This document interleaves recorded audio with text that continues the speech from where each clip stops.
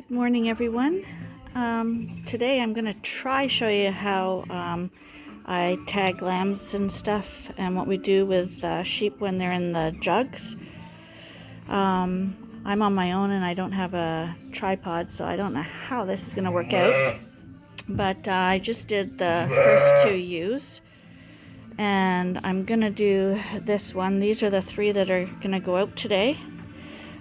Because two of them just had singles, they're first timers, and the very first one had twins, so they're ready to go out into this big pen over there. We usually keep singles in the pen for a day as long as all goes well, and twins in for 2 days, and triplets 3, and so on, as long as everything's going okay.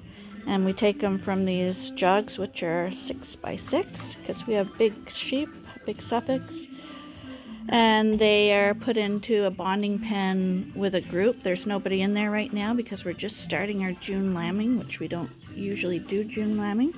And you see that little guy, he's ready to go because he's already out of the jug by himself. Mom doesn't like that, but the gate's open and he's figured it out. But so what we do in the jugs, as they lamb, they come from the lambing pen and they come in here into the jugs. And I read the mother's tags, which are radio tags, and I put them into my reader and log them all down.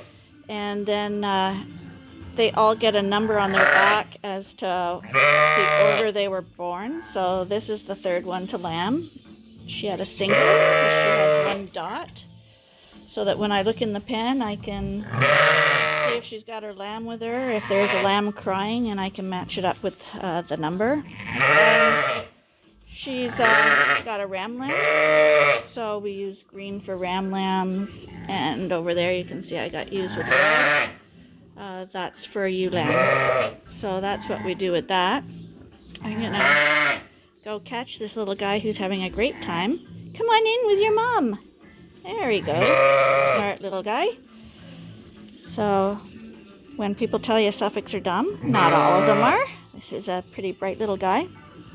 And right away I can see that this lamb's going to be a fairly nice lamb as long as everything goes well with Mom and he eats correctly. And so far everything looks to be going that way, but you can see he's going to be another really long lamb like his dad, and well, his mom's pretty long too. So his dad is Gladiator, and I think he's going to be a nice little boy.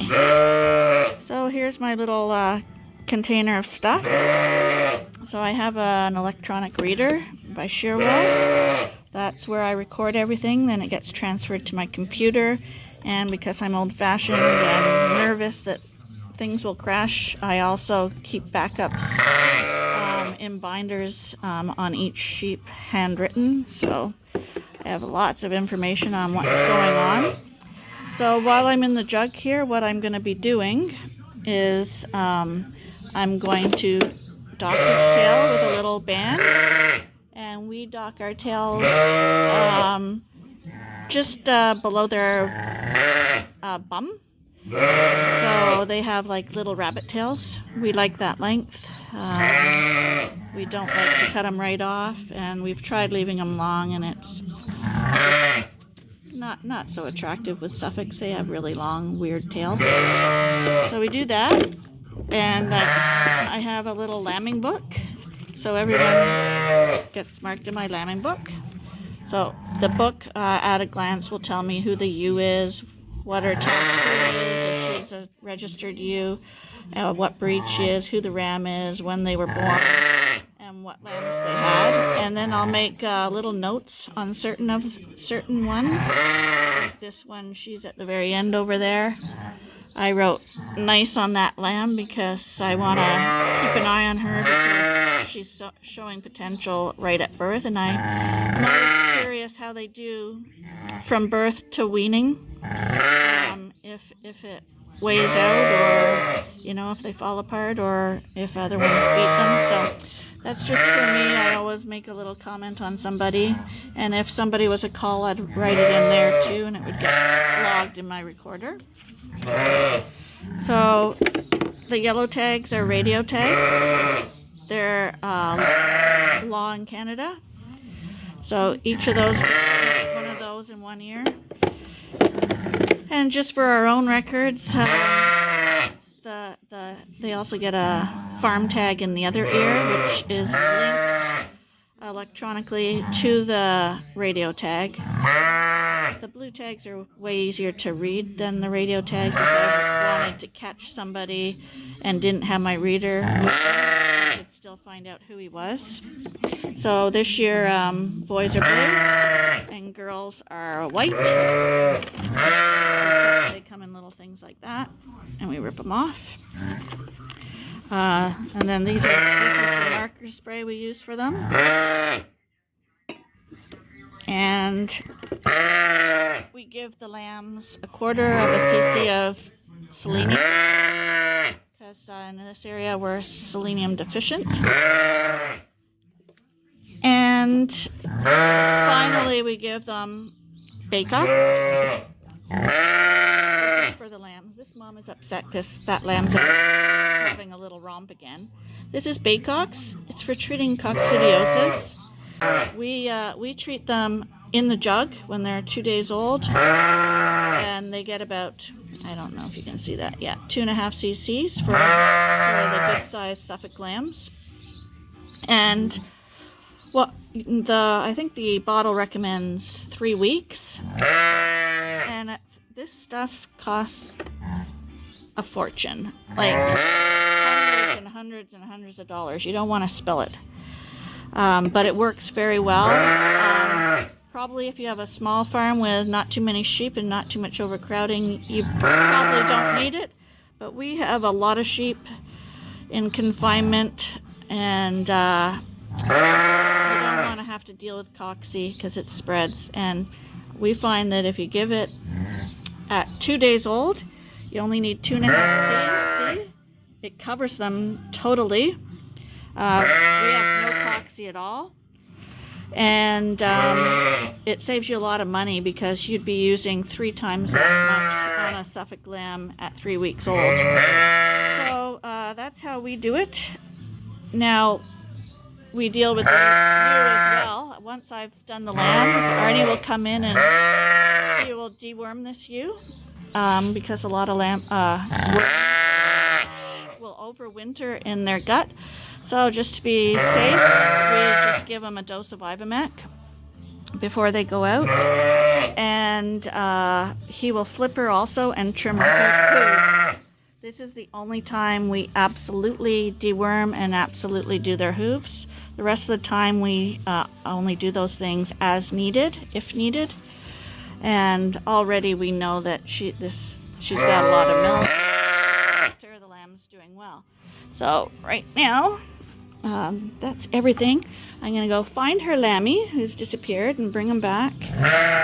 And we'll treat him. Maybe actually I'll do him out of the jug since he's out of there, and she won't be in my way. Kind of loud. Buddy, where'd you go? You stay there, Mom. I'm going to find your Buddy. Yeah, that's a Suffolk for you. He's at the feeder trying to eat. What are you doing, buddy? Where do you think you're going? Where do you think you're going without your mom? Eh?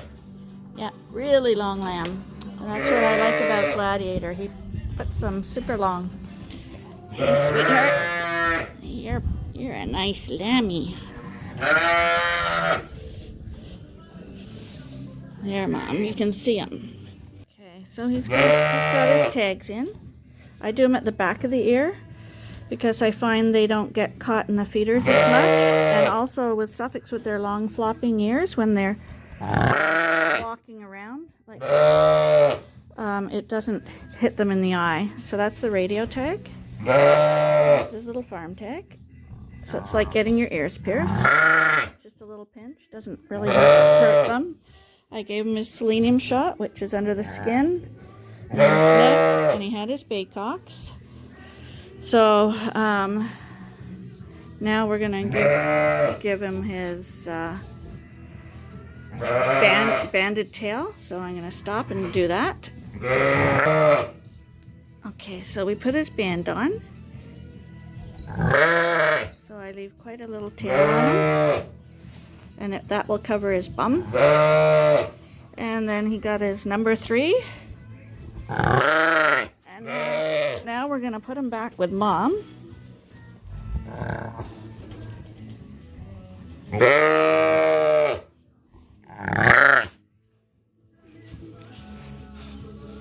See, he's happy. The band is on. He's not doing anything.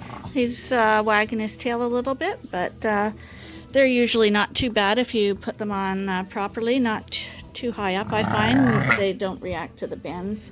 In about 10 days, the end of the tail will drop off. And so I would record the lamb. There's my reader. So I would click lambing. And then it's going to ask me for the mom and the dad. See if I already did them or not. So we're going to go in there. Normally I would do it before, but I'm just going to show you how we do it. So if I put the radio, put it on her, it gives me her tag number. And it's going to ask for the dad. So I'm going to type in Gladiator.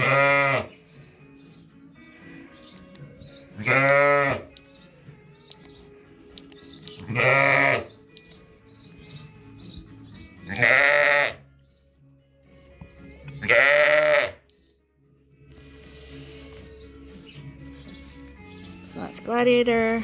It's asked about dead and alive, but this is a live lamb, so we're gonna add lamb. And now it's gonna ask me for his farm tag number. So I will read him, and it asks me to link it to the farm tag. So I say yes, and his tag is blue, so BL. I think he was, let me check, 153.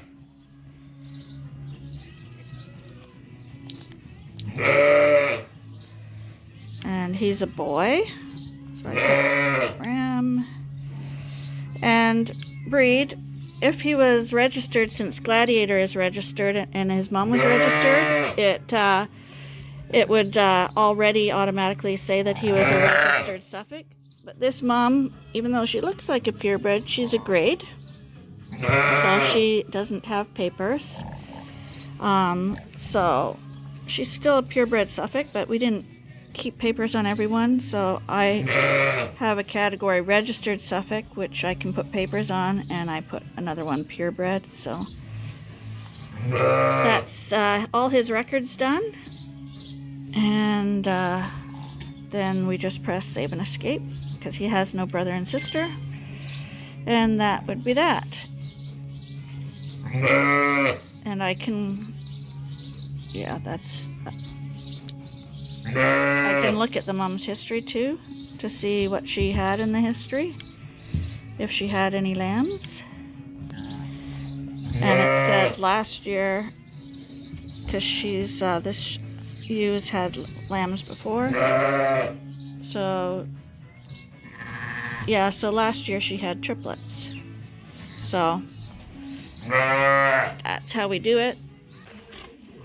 So we waited just a couple hours so that the paint dried, and because sometimes the lambs smell a little different when I put the ink on their backs. But this is the ewe whose lamb ran away out of the jug when we were videotaping before.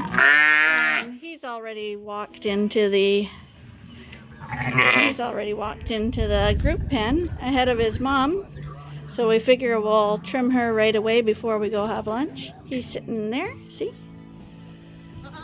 He's a little independent guy.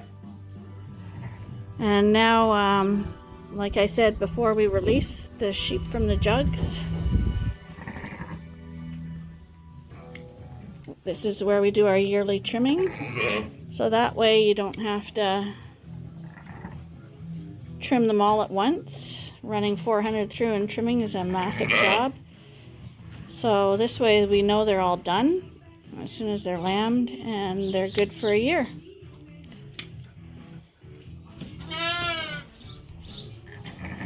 And after he's done trimming, she'll get some Ivamec, and they're good to go. See, people say, why you want a bone? I had very little to trim off of that. See, that hoof is just nice and round. Want to leave the burrs on or take them off? Yes, take the burrs off.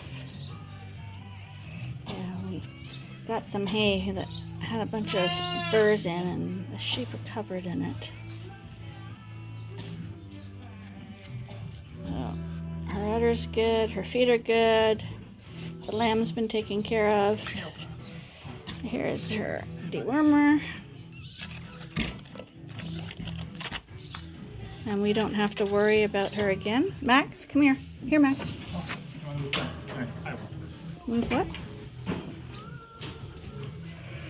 Okay, so now we're gonna get her out. She's gonna go find her lamb. There she goes.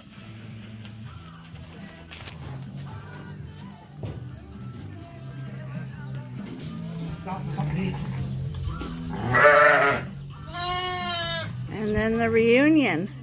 Came in the barn and he was already sitting in here.